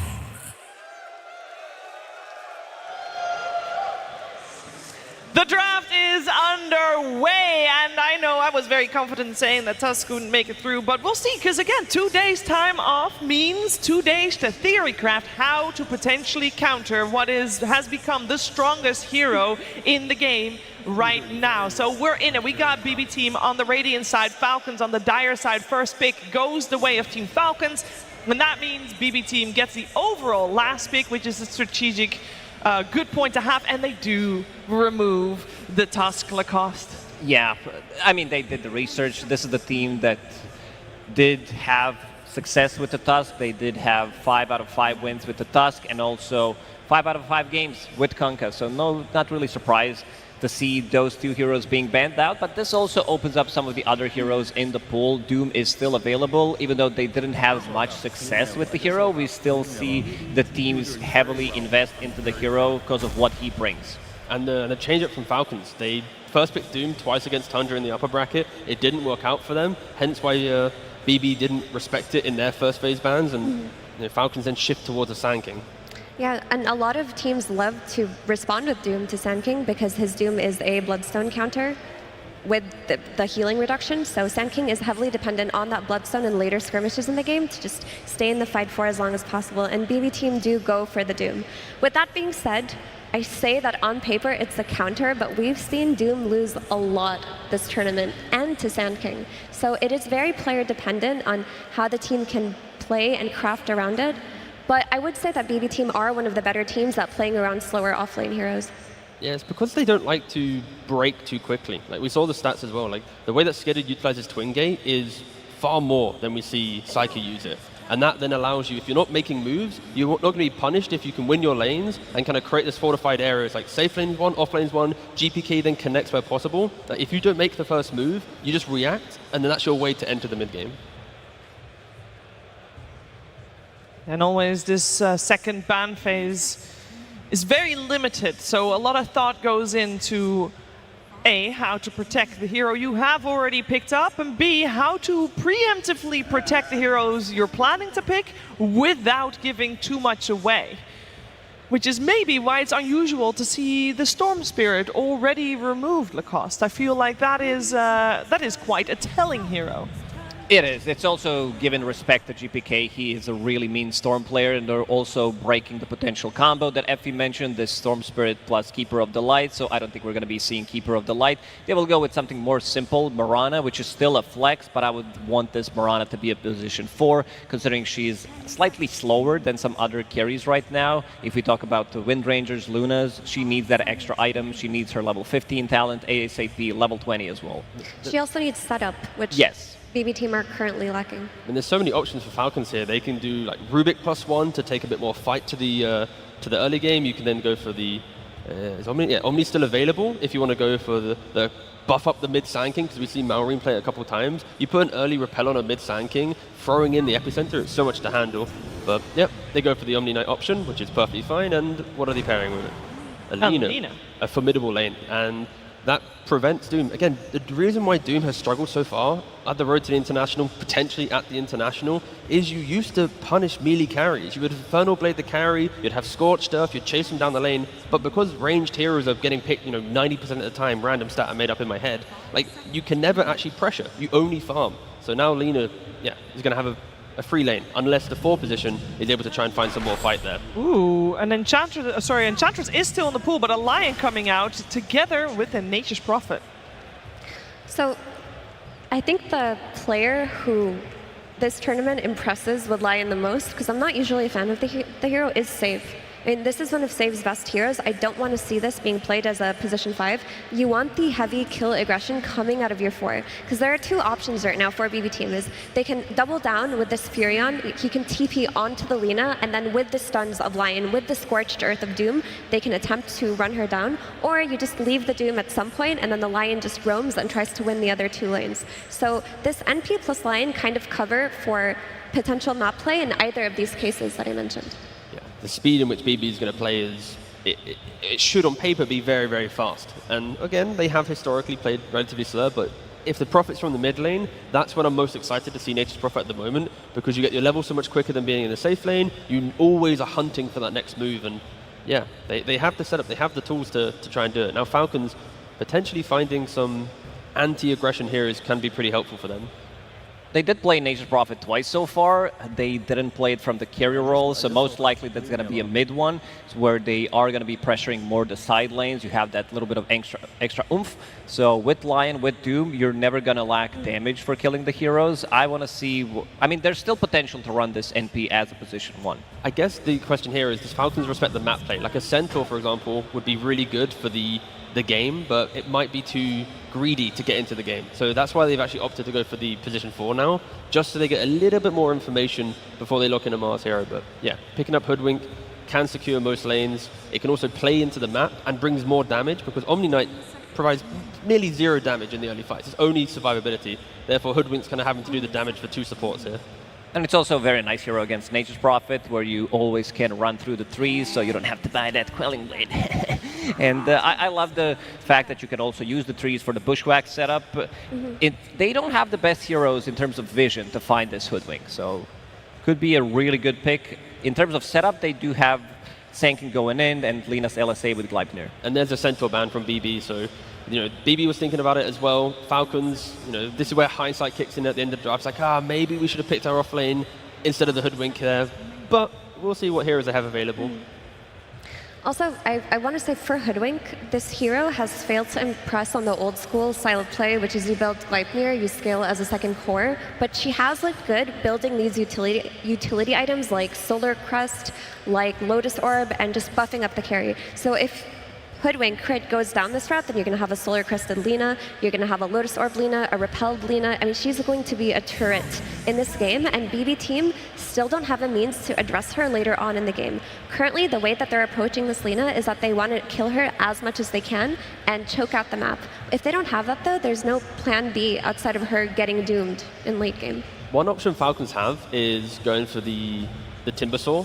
Sure, you're playing into a Doom, into a Lion, there's mana drain and Doom and whatnot, but if you're such a noisy hero from the offlane, your Lina's never going to get jumped because you have to jump the Timber. The Sand King will never get doomed. So it might feel a little bit weird based on what you look against, but it could just be a big enough wall to keep protecting Skidder as he wants to try and right-click away and be that kind of glass cannon from the backline. And keep in mind, Falcons, for both Malrine and ATF, the Timbersaw is a staple. Yeah. No, this is not a comfortable pick for Falcons, though, because the flex is still open for BB Team. You don't know if this is a Mirana carry, you don't know if it's a Furion carry, you don't know if Furion is going mid, so you can't have the best offlane pick to counter the safe lane yet. I'm down with some Timber/Razor for Falcons since they don't have the, they don't have the last pick, so they can flex both of these heroes to the off lane and to the mid lane. Another hero that is the Pangolier. Like with the bans that Falcons are doing, is very aggressive, kill-hungry heroes, which maybe leans Falcons towards picking a slightly, weaker laner but better for the game. But it's like Pango, it's Timber, Primal. Ooh. So now it's Sand King offlane, Primal mid. I feel like when you have Malrine on the team, it does scream he should play it. But Amar has been playing a couple Primal Beast games in his pubs, so it exists. So the Primal, as long as he follows the Furion, is a great pick. I mean, it's considered one of his counters. He can onslaught from a long distance away, find him in the trees. He has the damage to kill him, and later on in the game, it's a BKB piercing disable. So this could, in theory, be played on either lane, depending on where BB teams show their Nature's Prophet. Yeah, it's really, really annoying to play into. And Primal is one of the few offlaners that independently, with just boots, you can skip behind the tower. So if you want Crit to play active on the map and gank mid, gank top, you can just sack Amar a little bit as he just constantly cycles behind the tier 2, grabbing the creep wave at minute 5+, farming camp. So there is ways in which Falcons can play against difficult lanes, hence why picking Primal here also feels good if it can go to the offlane, if Amar is willing to pick it up. One thing I always like about Falcons drafts is that they are anti-carry. If we talk about the Razors, the Dooms that they like to run, now you have Primal Beast with the BKB piercing tool, also Hoodwink with the break mechanic, so quite a lot of these heroes do get shut down prematurely with what Falcons drafted already. And with that in mind, and the fact that for BB Team there is still quite a bit of flex potential, what are we thinking that they would like to go for? What do we like most in terms of where this Mirana is going to go and where this Nature's Prophet is going to go? And I think if they can pick up, because Falcons have banned out potential carries, but I think BB Team could even pick up a Clockwork to counter the Primal, play him around as a carry, run Fury on mid, and just play off of his rotations. But they haven't looked that comfortable on their Mirana carry compared to, let's say, Team Spirit. The other option is go for like the Morphling and just lock in the big carry. They go for Windrunner. But yeah, it's just the way in which BB can play this, because of the mid profit, it opens up your carry to be a little bit greedier. And yeah, they're going to go for it. The double range safe lane against, it's Primal Beast off lane. So this is a safe option for BB Team. We talk about them always taking the safe route, and Wind Ranger is the safe route in terms of what they could have done with their draft, but I think that it's going to suffer versus Lina, who likes to build MKB anyway. The Lina doesn't feel that threatened if the first rotations go on her, and later on in the game, Primal Beast eats Wind Ranger, right? He's got Pulverize for BKB, he gets Uproar stacks. They could have done so much here, and they went for the boring option, so I'm not a big fan of their draft in this case. A boring option sometimes is also the most safe option. It's game one, lower bracket, got to play it safe, see what the enemy brings. Yeah, they wanted to secure his farm in the safe lane, so they do have double range heroes. Wind Ranger, one of the strongest laners when it comes down to position 1, and also a little bit of extra oomph coming up from that Nature's Prophet Sprout into Shackle, so you'll always have something to use those sprouts off. And I'm going to give slight advantage to Team Falcons in here because I love the team fight that they're bringing. These beefy boys for Lina, who's going to deal the damage, and you have all the buffs pretty much in the world and all the damage that's going to be soaked in with the front line. Yeah, I mean, GPK, the entire early game, he is the playmaker for BB. And there's a Sanking on the enemy team, a Hoodwink, and a Primal, all constantly wanting to chase and find him. And you only need like 1 or 2 of them in the lane to get the kill. So GPK is going to be careful that he doesn't just throw his body into some early fights, die a couple times, and kind of delete the ability for BB to make moves. So yeah, if GPK scales, they have a game. If not, yeah, Falcons looks like the stronger draft at least. I don't want to harp too much on Lina, but Lina came out so early in this draft, and your only solution if your BB team and your early game plans don't work is she gets doomed. That's not a very dependable solution because we've seen Doom lose in these late game scenarios to Lincoln Spheres, to Lotuses, to proper team fighting, proper observer ward placement. So BB team have to play the best 20 minutes of their life to take this. We did say that one of the strengths of BB team was their first 10 minutes. We'll see if this game they can show that prowess and deliver and make this a very difficult game for Falcons. But there's someone on the stage who very much thinks that Falcons will take this game 1 probably by storm. Let's head over to that stage where Slax is with AUI 2000. Thank you so much, Shiver. Hello, Copenhagen. Time to talk to the man himself, the legendary status here coming up at this event, potentially. AUI 2000, so good to see you yet again. Now, they were prepared for you guys, banned out the Kunkka Tusk combo, which you have an endless win rate on, but you let them have that Mirana, which is a pretty high win rate. Your answer for that was the Primal Beast, I'm assuming? This was, I believe, the first time we're seeing you guys pull this out at the International. Wait, this International. First time playing Primal. I've heard a lot of scrims have included him, but I have not seen him on the main stage. I mean, we didn't know, but yeah, we pulled it out. We hid the strat. It was all planned, of course. We hid all our heroes, and that's why we're in lower bracket. We're just hiding strats. So it's time to cash in on those hidden strats. Apparently. All right, now, I'm not here to stress you out, AUI, but this is lower bracket. Might be the last time you're able to talk to the fans, you know. We're going to do the other coach next interview. Anything these guys in this arena can do to hype you guys up and get you ready for this match and to win this one? I don't know. I mean, I think we pride ourselves on being calm. So obviously we love to hear the cheers because I think it'll make them nervous, honestly. Like the more cheers, the more the hands are shaking. All right, fantastic. Well, we can hear that crowd cheering right now. Best of luck to you, and we'll get straight into the game with our casters. Thank you very much, Slacks. Yes, it's myself, Odie Pixel here with Fold, ready to take you through the action of this first exciting best of 3 of the day. BB team up against Falcons, Fold. Here in the lower bracket, we heard from the panel, the record as it's gone over the year, it's not been great for BB team. No. Something about this matchup, they just can't win a series here. It's where it counts the most, Fold. For them to hold on in this international run, they've got to do it today. This is the time to prove it. And it's been really, most of the time, just toward those later stages of the game. So I think most of the time when we talk about BBT, early game dominators. It's just, can they close the games out? So many times this year, I swear, me and you have even casted them versus Falcons, 10,000 gold lead, going to 20 minutes, etc.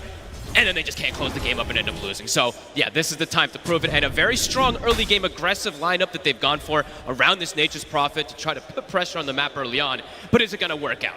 That's the question. As we see Falcons, they bring out the Primal Beast. Amar, not the most comfortable on it in general, but they are comfortable to pick it now that he's played a couple more times in these pubs. Absolutely, yeah. Looking forward to see what he's going to be able to pull out from the offlane on the Primal. I mean, overall, so do you like this approach from BB team? It is, again, one of those drafts, right, where you've got, 4 ranged heroes, 1 melee.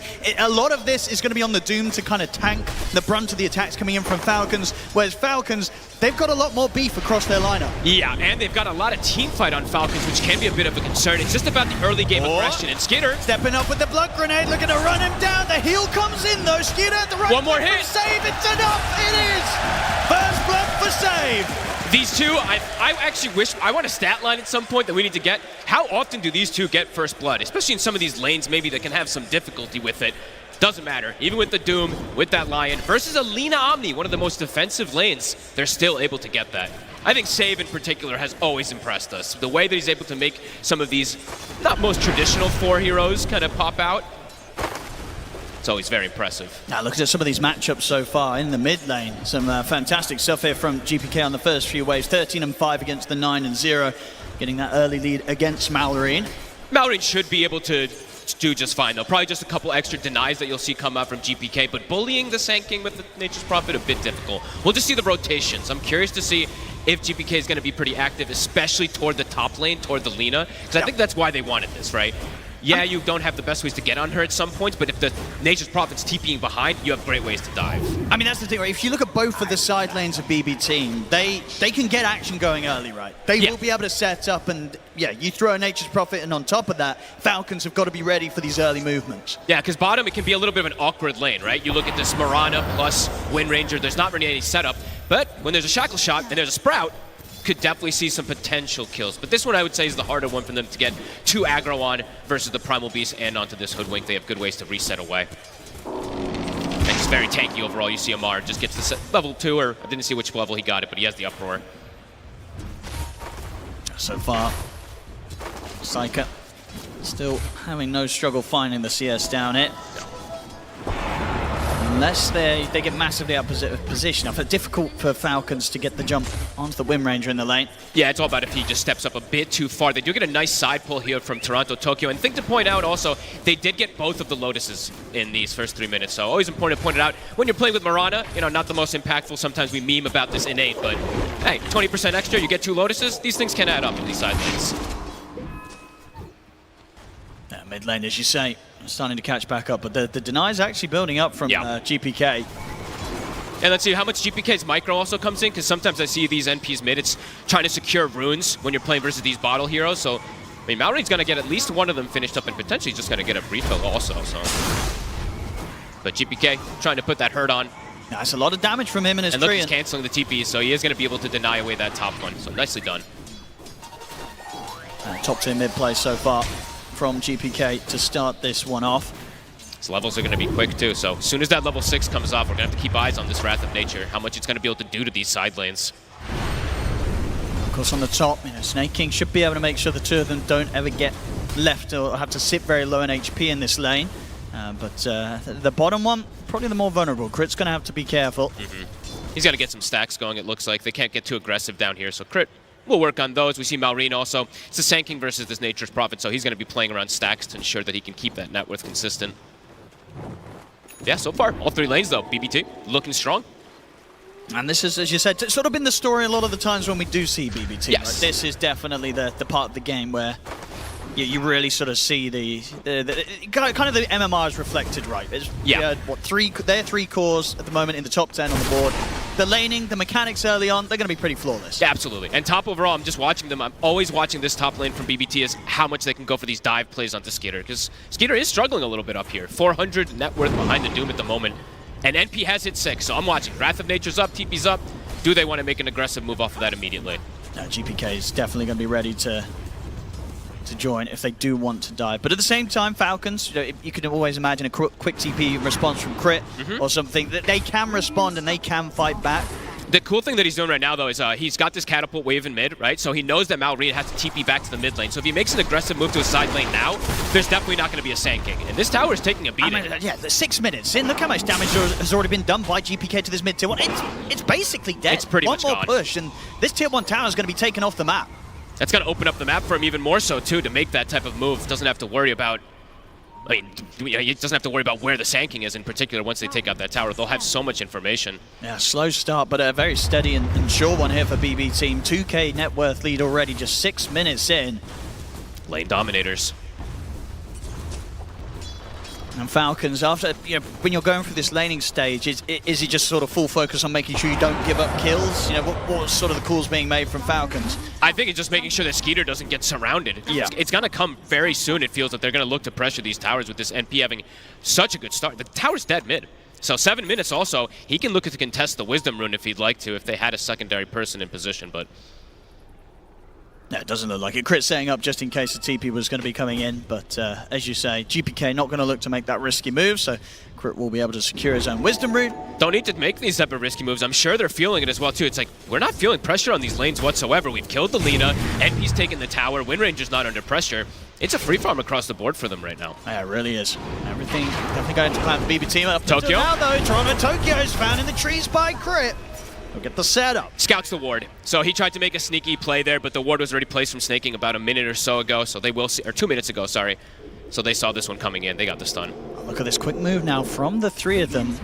Oh, they want to try and punish Psycho here on the Wind Ranger.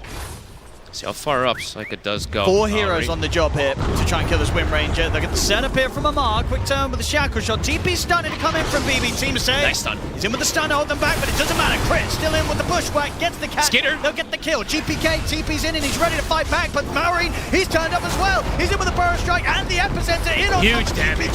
GPK going down slowly, but surely he's out. Toronto taking another stun. Crit. Once more with the bushwhack, catching the 2 of them. Double kill for Marine. They've got the level 6 on the bar. They have to grab. They're going to get the team wipe. Falcons. The numbers. What a fight. They bring the numbers. They start off with just the 4 of them. It gets the response from BB Team.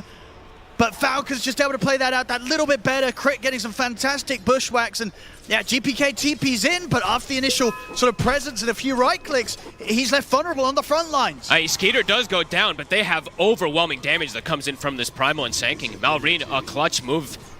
Level 8 now.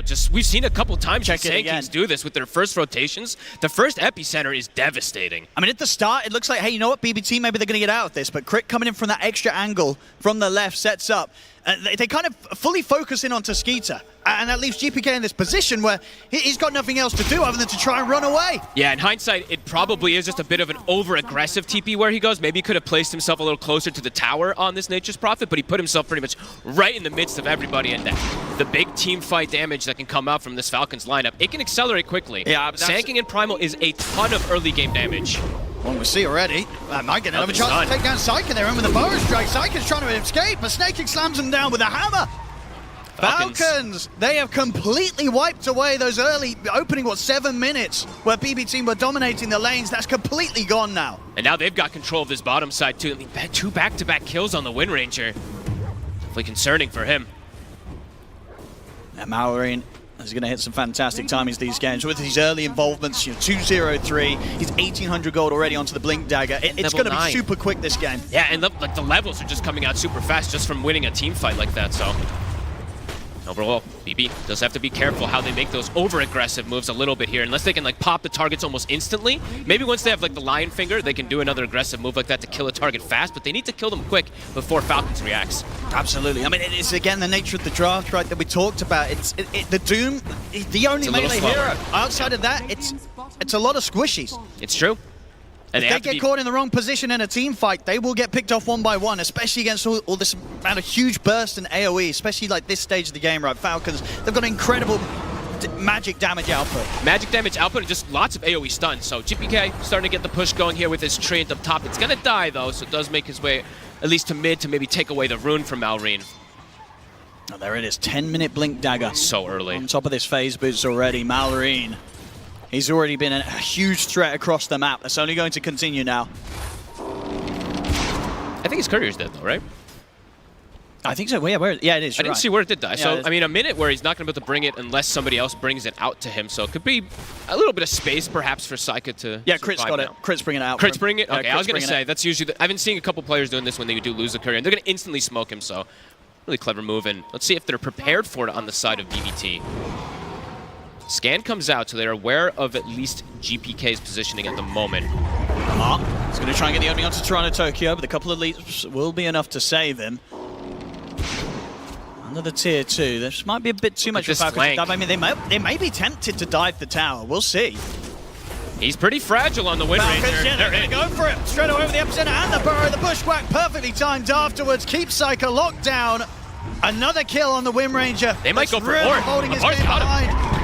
Got the catch, leaps, they're all on cooldown. Toronto Tokyo's got no way to get away from this. And you can tell Mara's practiced that. He did the combo where you instantly use the charge afterwards from the pulverize. No way to react. They're accelerating things quickly. GPK's trying to do almost the same, but look at Falcons responding right away. Coming in, Malrine, he's going to be ready with a blink stun. If BB send anyone up to this tier 1 tower, I mean, they're already starting to hold back a little bit, GPK and Mira, because I think they know this is not a safe place for them to try and push on. I think for BBT, they need to just get this Blink Dagger on Miro so he can start getting involved, because map is a little bit scary for them at the moment without him.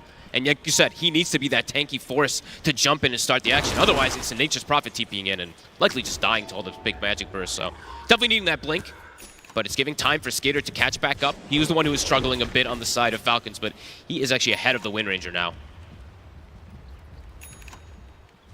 2K lead for Falcons. Yeah, they're, when they start to get the lead at this point, I don't think they themselves will feel under too much pressure to make moves happen. They're happy to farm up on all 3 of their cores. Absolutely. They know that it's going to still be quite the recovery needed for Psyker after a rough start here. 3 deaths in the early game as the Wind Ranger carry. That can be pretty brutal when you're playing versus some tanky cores, right? Versus this Sand and Primal that can just get on top of you. And then you throw an Omni Knight who just makes them even tankier, more durable. We'll see how they address this. Amar, he's also queued up the pipe, so really understanding the damage limits from BBT early on. There's the smoke, so they've got their blink now in the Doom. Can they find anything? Because right now, everybody on Falcons is just split up farming. They are. They're getting a lot out of the map right now, Falcons. So BBT, when they make these sort of smoke movements, they have to get something good out of it. Otherwise, it just quickly starts to show in the net worth. It's going to, now up to 3K, it's going to quickly accelerate if they don't find a connection. At the moment, nobody's down here. Their best effort may be to take the twin gate and try and look for a play up top, but even then, it's only Snaking showing themselves. You see on the map right now, they don't see a lot, BB team. Falcons, whilst they're making as much as they can out of the lanes and the jungles, it's causing it to be incredibly difficult for BB team to find some sort of successful movement. Snaking, they'll just have to maybe settle he for it, gets but the even repel that, off. Yeah, repel and a TP, they're not even going to get the chance to set up onto a support. Falcons just completely evading the moves from BB team. Yeah, play the map beautifully. Snaking goes mid. It's the most dangerous position on the map, perhaps, but he's fine with doing that as this Omni Knight. Tends to be the case for Snaking. That he does get picked off sometimes, but that's usually their plan. It's tough to get too over-aggressive on BBT because of how early that Sand King Blink came out, because of the Primal Beast. They have great ways just to counter-gank any of the BB aggression. Still got a lot of damage. GPK can kind of get that level 2 in the Wrath of Nature. Yeah. He's closing in on the 12. And the Gleipnir. That's going to be the next sort of spot in which that they can look to get him involved. He's going to have a bit of control that's going to help him stop Falcons from getting the jump onto him. Save. Looking for Snay again. Big Wrath of Nature. I mean, they may be considering if they can go with the Finger Burst and the Doom. They're going to go for it. Now, the tempo of the game slowed down, so they're happy to drop some ults here to kill off the Omni Knight. And they'll get him. Snaking slowly but surely go down. Gets a few CS on the way out. There's going to be an instant smoke from Falcons, though. So you get a kill, but it's on a 5 position. It's one of your big spells, probably your biggest one in this game committed. So have to avoid the ganks now from Falcons on the side of BBT. And they expect that Miro's going to be playing on the top as we see Falcons come through the twin gate. Yeah, we see Miro, of course, doing the trick. I'll try to point it out when I can, but, selling stuff for Midas, etc. We'll be keeping tabs on him so he can keep that farm going. And they've reestablished at least that net worth a bit. Just from that one kill, things are at least evened out. He's farming very well. He really is, yeah. Top net worth now on the Prophet. We'll see over towards the mid. Jump's been made over towards Toronto, Tokyo, but he's got a leap at the ready. He's out. See if they can continue to play around with Save. Anything to put a stop to this? There isn't, so Save's also away, but Amar does manage to get the grab on Toronto, Tokyo. So Falcons finding a kill nonetheless. Falcons kind of gave him the respect there, though. Even though they didn't have Doom or anything ready, they were a bit cautious how they approached the 2 supports.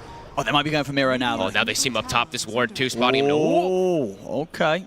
A little bit of a pause, Reno. We're going to see, though, after this, what Crit, he's likely to have the setup onto Miro, and Mallory does have Epicenter. He looks pretty dead. If they want to do it safe and sound, they can just set up with a Bushwhack, rev up the Epicenter, get in, and Miro not really having many options to get out of this, and does not have any backup nearby. No. Unless they mess up their chain stun somehow and he's able to TP in between it. That's probably the only way that Miro is able to play his way out of this one. In the meantime, too, Falcons are pressuring mid. They have a pipe already finished up on Amar, so damage for BBT is a bit limited. See Miro. Yep. He's going to try and juke around this.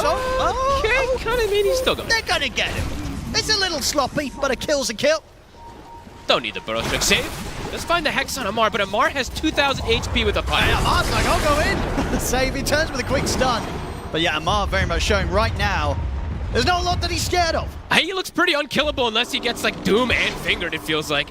Especially if he has an Omni Knight behind him. This build is going to be very valuable versus the majority of magic damage that BBT has early on. GPK does have the Gleipnir finish. Level 2 Wrath of Nature is online. So let's see if he can make more active stuff happen. And if they want to make more active stuff happen, that is.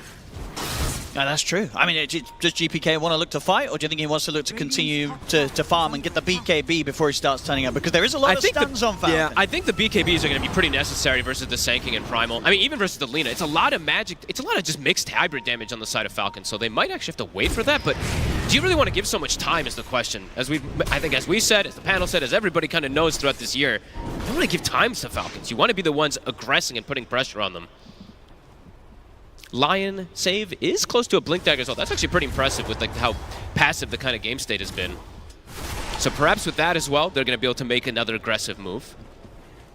Yeah, between the Finger Burst and the Doom, I mean, it's not necessarily a guaranteed kill on a lot of these targets because they have so high HP. Ooh.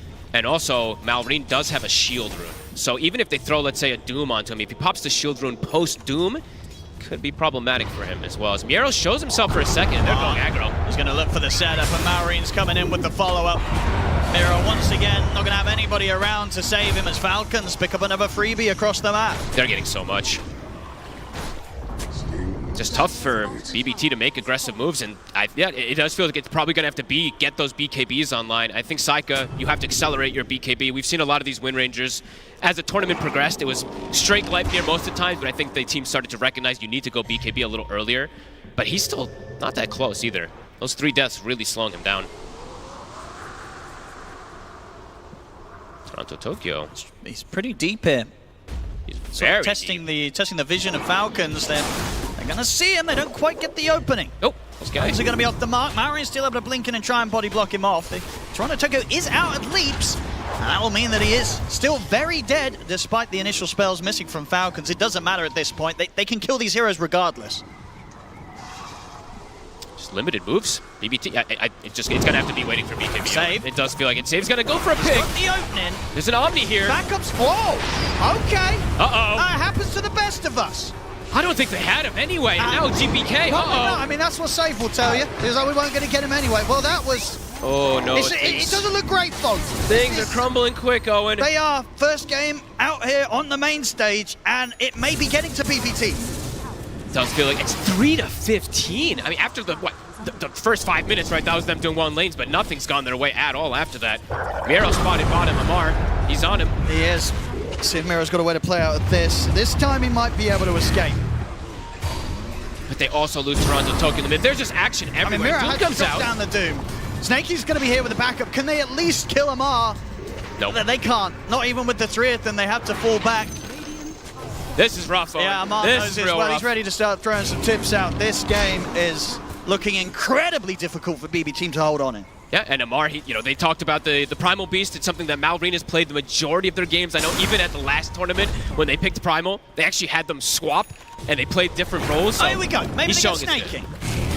He's pretty tanky still. He's quite tanky. As a support. He has a Solar Crest. See what he wants to do. How many buttons he wants to press whilst he makes them sort of spend a lot of time. They can't even kill him. They can't even get him close to dead. Oh, and this game is completely fallen out of control. They get GPK as well. Top, there's a Bloodstone on Malrine. Top net worth. They can't even kill the 5 position. Sometimes Falcons, they sacrifice their 5s, their supports, etc. This game, they don't even have to sacrifice them. They're just running away with everything. And this has got to feel rough for them. You've got to imagine, right? You've been there yourself. When you're on stage, a game happens like this. This is your first game out there. How are you kind of getting the team morale back together after beginning this rough? It's a good question, especially when you're playing versus your kryptonite of the entire year. You come into this one with an idea, with a plan, and it's just completely fallen apart after the first 6 minutes, 7 minutes. Here we go. They're going to smoke again. See what they can get here. They get to jump onto the side. Save's going to be there with a Hex. There's backup for Skinner. Here's Skinner. Race down onto the 2 of them. They'll get the kill. They'll be able to take down Chris. Malrine, he's healing. Bloodstone heal indeed. He's keeping him alive. He's over with the bars. Oh my kill God. For Malrine. They're going to get GPK as well. Triple kill. They could kill Crip, but I don't think they could kill any other of these heroes on Falcons. It doesn't feel like... I look at the timings Malrine's hit. He's got Bloodstone Veil, and of course he gets the most OP neutral item he could have possibly got for the scenario too. My goodness. The Vampire Fangs. He just sustains through it all. He's up to full HP. Level 18. Oh boy. We'll see it again. A little sort of split efforts at the beginning on who to go on. They just don't have the damage at this point. I mean, Malrine, look, he's just soaking all but 3 targets beating on him with the Solar Flare active. I mean, that's the thing. I feel like GPK being in there just gave Malrine more units to lifesteal off. Perhaps. He wasn't doing any damage. Oh, boy. We've seen Doom struggle in quite a bit of these games, especially in this road to TI, but now, I mean, it's not Miro's fault in particular, but the whole lineup in general is just kind of crumbling. 4-21, they're going to lose their Tormentor too. Yeah, Falcons just taking everything across the map. It's going to take some sort of comeback. Like I feel we just don't really see from BB Team at this point to turn this one around. It's going to have to be something completely, a complete surprise, something we've never seen before from them. Because right now everything is looking up for Falcons. Because even when now at this point, the fact that the game has gotten so one-sided, when they get these BKBs, yeah, they'll be a little more survivable, but we've seen they just have no damage, and more of these auras are coming out. Primal Beast, we see Amar, he's got the Crimson. You can see Toronto Tokyo's desperate stuff. Okay. He takes his chance, they get out. Toronto Tokyo, like he's just trying to get some sort of vision. Waves. Getting something out on the map, but they kill him again. Yeah. They've got no control of the map whatsoever. Like everyone's just trying to like suicide lanes a little bit, but it kind of just is that at this point, this suiciding. 0-8 on Toronto Tokyo. And I don't think yet this game I've seen them been able to catch any like arrow setups with the shackle shot or with the sprout or anything. I mean, I know the game accelerated quickly after those first 7 minutes, but they just aren't landing any type of synergy spells, while Falcons, it is landing nicely. And now pushing this tier 2, Amar dropping the flags, and they bought themselves a gem. So on top of already having complete control of the map, now they're looking to take out the little vision that BBT did have.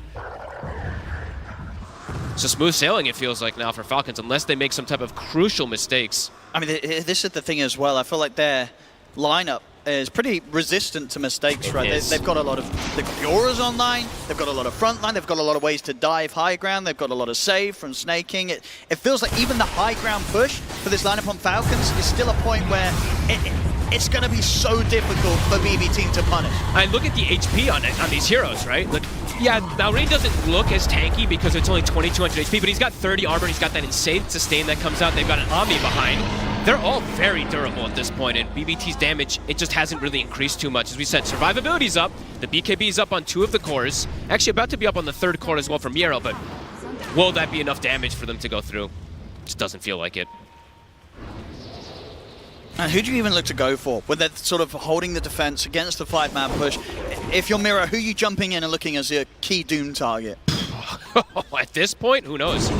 You probably want the Sand King, but then you have to be careful of the Omni, so maybe some simultaneous initiation while the Omni sees controlled, but at this point now, Snake King's just tanky, so you have to keep him controlled the whole time because you're not going to kill him.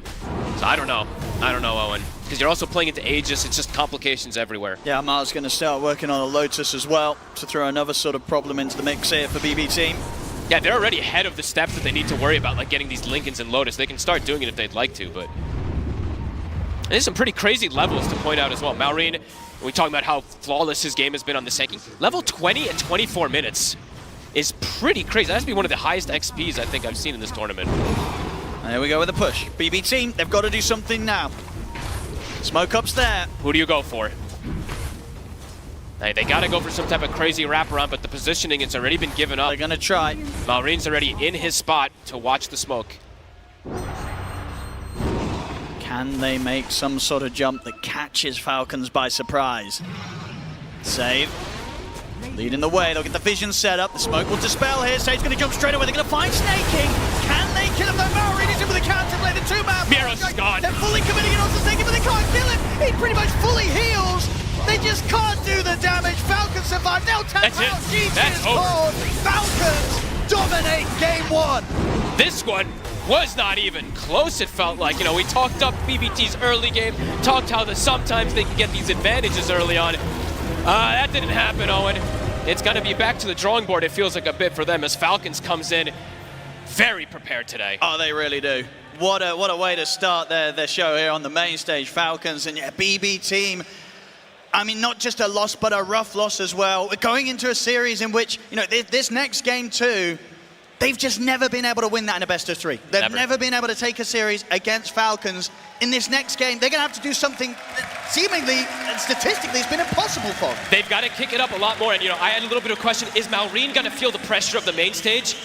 No, he did not. He dominated. And BBT, they definitely felt a bit of that pressure. Let's see what they can do afterwards. Absolutely. What a showing from Falcons, and as you say, Malrine on his Sand King. Damn. Well, we're going to pass you back over to the panel, see what they have to say about that game 1 stomp. Yeah, I don't think he felt the nerves at all for the main stage. If anything, he felt the energy on the main stage and channeled it into an amazing performance on his Sand King and leading his team to victory. Falcons 1 game up against BB Team here in the lower bracket of the International. Let's discuss how this came to be, because we pointed out some issues that BB Team might have during this game. And I want to start, Effie. We said it was going to get really difficult for them to shut down the Lina. And it didn't even have to get to the point where Lina became this unstoppable force within Falcons, because the plan that BB Team crafted around their draft of we're just going to use our Furion's global presence, we're going to run down the Lina with Scorched Earth plus Lion, we're going to do that over and over again until she has in the game. They didn't even execute that better than Falcons did. This here was the key play in the game. Falcons brought all of their heroes, including Skeeter on Lina, through that twin gate. They brought the numbers and they just overwhelmed BB Team here. You do lose your Lina, who already had a rough game prior to this point, but that's the beautiful thing about Falcons. Skeeter does not care if he's sacrificed for the greater good of the team. He doesn't mind dying 2, 3, 4 times, so long as the rest of his team can get an advantage. We did mention the differences between two carries, Saika, aka Nightfall, and Skeeter. Like the twin gate usage that you mentioned, he's always so active, and we can see some of the uncharacteristic mistakes here from Save the nerves, something that this team always has problem with when they're playing on the big stage. But that also, like, nothing went wrong for them except the first 5 minutes of the game where they had 2k gold lead and then turned it into pretty much a feeding fest. 13-minute smoke from BB Team, blink on Doom, finger ready. They smoke in a different part of the map. Bottom part, they're behind Saika, who already died 3 times. They're like, we gotta help him out, we gotta find something. They don't find a single kill, so they go back to the top lane. They get the kill there, but I believe that was their last kill in the game. I mean, I think BB, their last pick was just, atrocious for what they needed. They picked Windrunner, they're picking a carry that's going to be doing the same itemization as the Nature's Prophet. The Nature's Prophet already wasn't really able to play onto the map, because you're not going to go TP to a Primal Beast lane, you're going to die there. You're not playing into the Sand King because you've got Sandstorm, you can't really push the tower. And then top lane, there wasn't really many opportunities after the start of the game to go there again. So it's like, you need your carry to either crush the off lane, crush Amar, don't allow him to be confident, or just farm and scale and not do it. But yeah, Falcons, they read this and they punished it constantly. 0-5-1 on the Windrunner, Maureen popping off 13-0-8 on the Sand King. Like, they identified that BB had no map to play, had no moves to make, and like, sure, Nature's Prophet can be aggressive, but not into these heroes from Falcons. Yeah, we even saw Falcons make 2-man smokes. The second Maureen on that Sand King gets his Blink Dagger, boom, 2-man smoke, him and crit. Who's the hero they find? The carry, Wind Ranger, behind the tier 2. They go for that play. Who on the side of BB Team can mirror a play like that? Are we going to see 2-man smokes coming out of Lion plus Nature's Prophet? That isn't happening, because your Nature's Prophet is farming, playing Recovery. Your Doom is playing on a very long cooldown, and the other support in Mirana fallen out of favor from position 5 for a reason. It just does not provide that much map play without maybe 2 other heroes. So BB Team, I think they are their own worst enemies, because they BKB TP'd their draft basically with that Wind Ranger pick. They had so many options they could have gone for. They could have countered the Primal Beast with the clock, run the Mirana as a carry. They could have blast picked a mid laner, run the Furion as a safe laner, and tried to counter Primal from the mid lane, but instead they go for Wind Ranger. Yeah, there's not a lot more to add. I will say, though, this Sand King was overall first picked in this draft, and I know there's flex potential, so we don't know if it's going to go on the off lane or if it's going to go mid, but I felt the cost that this was a Sand King that, regardless of where he went, he did not feel countered at all. Or would you contribute that to Maureen's style of play? It's also about the matchup. This Nature's Prophet in the mid, he doesn't really do much to the Sand King, because what he does is he just pushes out the waves, and he's also farming the jungle at the same time, while Nature's Prophet can't really do that. Also, if you leave the lane, he's going to push your tower as well with the catapult timing. Sand King, this has to be one of the most farmed Sand Kings I've seen. Yeah, by far. Yeah, I also want to point out the itemization from Amar and the Primal. He goes for Pipe, which is a funny item to get when you're looking at a core of Wind Ranger, Furion, and Doom who does pure damage. But he identified that they don't have damage outside of the supports, which were Lion and Mirana. Most of the early game damage was coming out of the Starfall, coming out of the Finger of Death, coming out of Scorched Earth potentially. And he just countered that with a Pipe, which looked really funny versus that mid and that carry, but it did a great job. It did do a fantastic job leading Falcons to be 1 game up as we prepare for game number 2, we are gonna see what Slacks and Tsunami are up to right now. Hello, Copenhagen! How we doing out there, fam? Yes, it is early in the morning, but we thought we would celebrate some of these fam in here. In fact, we wanted to find a 5-stack for you here today. That's right, we just saw an exceptional display of team play from the Falcons, and we wanted to see if that could be replicated here in the crowd. So we found ourselves a 5-stack. Gentlemen, we are